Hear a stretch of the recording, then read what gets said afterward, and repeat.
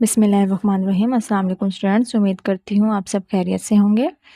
جیسے کہ کل آپ سب کو PDF شیئر کر دیے گئے تھے سبق نمبر 3 پرستان کی شہزادی کے، جسے آپ نے پڑھا بھی ہوگا اور ساتھ ساتھ الفاظ کے معنی بھی لکھے ہوں گے اور ساتھ ہی ساتھ اس کو اپنی نوٹ بکس پر اتارا بھی ہوگا۔ تو آج ہم بڑھتے ہیں اس کے خلاصے کی طرف۔ خلاصہ سیکھیں گے آپ کی کتاب میں نثر پارے کے لحاظ سے سبق نمبر 3 ہے پرستان کی شہزادی، جو کہ آپ کے خلاصے کے لحاظ سے بہت امپورٹنٹ ہے، بارہا پیپرز میں آیا کرتا ہے۔ تو آج ہم اس کو لکھنے کا طریقہ سیکھیں گے اور کچھ پوائنٹس ہیں جو ہم خلاصے کے لحاظ سے سیکھیں گے کہ ہمیں کس طرح لکھنا ہوتا ہے۔ تو اس کے لیے کچھ چیزیں ہیں جو سب سے امپورٹنٹ ہوتی ہیں۔ سب سے پہلے سبق کا عنوان لکھنا اور مصنف کا نام لکھنا ہمارے لیے لازم ہوتا ہے، اور ماخذ اور صنف ادب جو ہے وہ آپشنل ہوتا ہے۔ آپ نہیں لکھیں گے تو کوئی مسئلہ نہیں ہے، لکھ لیں تو ویل اینڈ گڈ، بہت اچھی بات ہے۔ مصنف کا تعارف جو کہ 3 سے 4 لائنوں میں دینا ہوتا ہے ہم نے۔ خلاصہ ہم لکھیں گے تو خلاصہ اتنا لکھنا ہوتا ہے جہاں پر ہماری سٹوری جو ہے وہ مکمل ہو جائے، ایگزامینر کو پڑھنے میں سمجھ آ جائے کہ مطلب واقعی وہ جو سٹوری ہے وہ ہے کیا۔ پیراگراف بنا کر لکھتے ہیں، ہیڈنگز دے کر لکھتے ہیں تاکہ ایگزامینر کو زیادہ مشکل نہ ہو پڑھنے میں۔ تو جو امپورٹنٹ چیزیں ہوتی ہیں اس کو ہم ہائی لائٹ کر دیتے ہیں۔ تو بڑھتے ہیں اپنے خلاصے کی طرف۔ سبق کا خلاصہ ہمارے پاس شروع ہوتا ہے۔ سبق کا عنوان پرستان کی شہزادی، مصنف کا نام اشرف صبوحی۔ ماخذ بیٹا اسے کہتے ہیں جس کتاب میں سے یہ سبق، یہ نثر لیا ہوتا ہے۔ دلی کی عجیب ہستیاں، صنف ادب افسانہ نگاری۔ مصنف کے تعارف کی طرف بڑھتے ہیں اور اس کی ہیڈنگ دیں گے۔ پریزنٹیشن بیٹا آپ کی سب سے امپورٹنٹ ہوتی ہے اس چیز میں۔ اشرف صبوحی ایک صاحب طرز ادیب تھے۔ آپ دلی میں پیدا ہوئے۔ اردو زبان خصوصاً دلی کے مختلف طبقوں کی بول چال اور وہاں کے روزمرہ اور محاوروں پر پوری گرفت رکھتے تھے۔ ان کی تصانیف میں دلی کے چند عجیب ہستیاں، جھروکے اور بن باسی دیوی وغیرہ شامل ہے۔ خلاصے کی طرف بڑھتے ہیں۔ یہ کہانی سید گھرانے کی ایک خاتون کی ہے جو جوانی میں ہی بیوہ ہو گئی۔ ان کے آگے پیچھے کوئی نہ تھا۔ گزر بسر کرنے کے لیے انہوں نے مغلانی کا پیشہ اختیار کر لیا۔ بچے، مغلانی کا پیشہ جو ہے وہ درزن ہوتا ہے، درزن کا پیشہ اختیار کیا انہوں نے۔ پورے شہر میں ان کے ہنر کی دھاک تھی۔ سیدانی بی کو نہ دن کا چین تھا نہ رات کا۔ کمایا تو بہت، لیکن بڑھاپے کے لیے کچھ جمع نہ کیا۔ نیکسٹ پیراگراف کی طرف بڑھتے ہیں۔ جب ہاتھ پاؤں کام کرنا چھوڑ گئے تو پڑوس کی ایک میر صاحب کی بیوی نے انہیں ترس کھا کر اپنے پاس رکھ لیا۔ سیدانی بی کے بارے میں مشہور تھا کہ وہ پرستان کی شہزادی کا جہیز ٹانکنے بھی گئی تھیں۔ سردیوں کی ایک رات میں میر صاحب کی بیگم نے سیدانی بی سے پوچھ ہی لیا کہ لوگ کہتے ہیں کہ آپ کو بھی پرستان کے بادشاہ کا آدمی اٹھا کر لے گیا تھا، کیا یہ سچ ہے؟ پھر سیدانی بھی اپنے پرستان جانے کی آپ بیتی سنانے لگی۔ بچے، یہاں پر آپ بیتی سے مراد ہے جو آپ کے اپنے اوپر واقعات گزرے ہیں اور آپ کسی کو سناؤ تو اسے آپ بیتی کہتے ہیں۔ بیگم صاحبہ، آگے بڑھتے ہیں اس کی طرف۔ بیگم صاحبہ، یہ علامت جو ہے ندائیہ کی ہے، ندائیہ کی علامت استعمال کی گئی ہے جب آپ کسی کو مخاطب کر کے بلاتے ہیں۔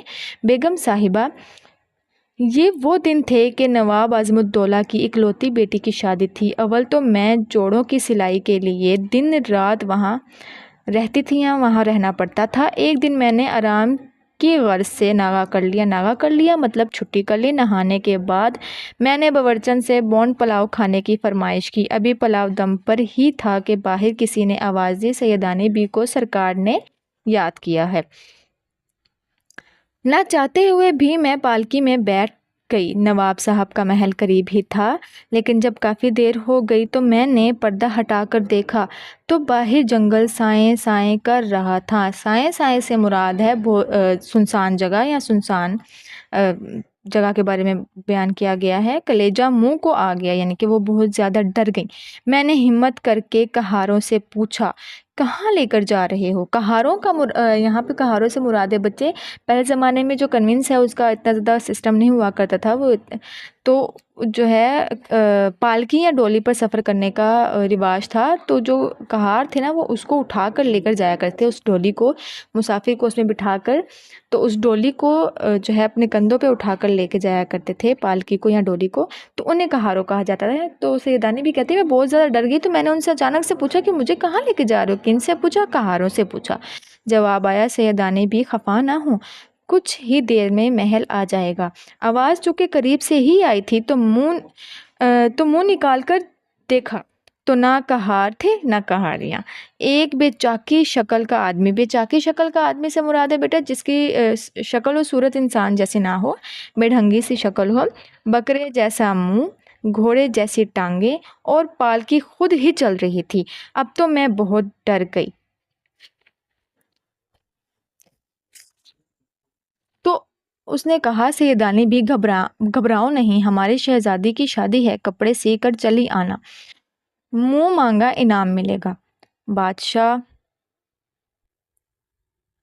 اتنے میں محل آ گیا۔ گہما گہمی ایسے کہ ہمارے بادشاہوں کے ہاں دکھائی نہیں دیتی۔ گہما گہمی سے مراد ہے رونق، رونق ایسی کہ ہمارے بادشاہوں کے ہاں دکھائی نہیں دیتی۔ اتنے میں ایک پری نے آ کر کہا کہ سیدانی بھی آپ نے بہت انتظار کروایا، بادشاہ اور ملکہ آپ کا انتظار کر رہے ہیں۔ اندر یاقوت کے تخت پر بادشاہ اور ملکہ تشریف فرما تھے۔ ملکہ کے پہلو میں ایک 14-15 سال کی حسین لڑکی بیٹھی تھی۔ بادشاہ میری گھبراہٹ دیکھ کر مسکرائے۔ ملکہ نے کہا آؤ سیدانی بھی مزاج تو اچھا ہے۔ میں نے کہا حضور کو دعا دیتی ہوں، وہ تو اللہ نے مدد کی، نہیں تو جان نکلنے میں کیا کسر رہ گئی تھی۔ اتنے میں کھانا چنا گیا۔ کھانا تھا کہ اللہ کی قدرت کا کرشمہ، ایک ایک بالشت کے پودے۔ حیرانی کی بات تھی کہ جب ان سے ایک پھل توڑتی تو اس کی جگہ دوسرا فوری نکل آتا۔ پھل اور کلیاں مٹھائیوں کی طرح تھیں۔ پیاس معلوم ہوئی تو پانی کا خیال آتے ہی یاقوت کا گلاس خود بخود منہ سے آ کر لگ گیا۔ بادشاہ بیگم نے، جس کا نام زمرد پری تھا، شہزادی کے کپڑے لانے کا حکم دیا۔ ہر کپڑا بے مثال تھا، وہاں دنوں کا حساب ہی نہ تھا۔ آخر جب سارا کام ان کی مرضی کے مطابق ہو گیا تو میں نے واپسی کی اجازت چاہی۔ آخر سب سے رخصت ہوئی۔ میں پالکی میں بیٹھی اور اندھیرے میں بادشاہ کے دیے گئے انعام کو ٹٹول کر دیکھا تو کنکر پتھر محسوس ہوئے، تو دل جل کر رہ گیا یا دل جل گیا، اور ایک ایک کر کے غصے میں انہیں باہر پھینک دیا۔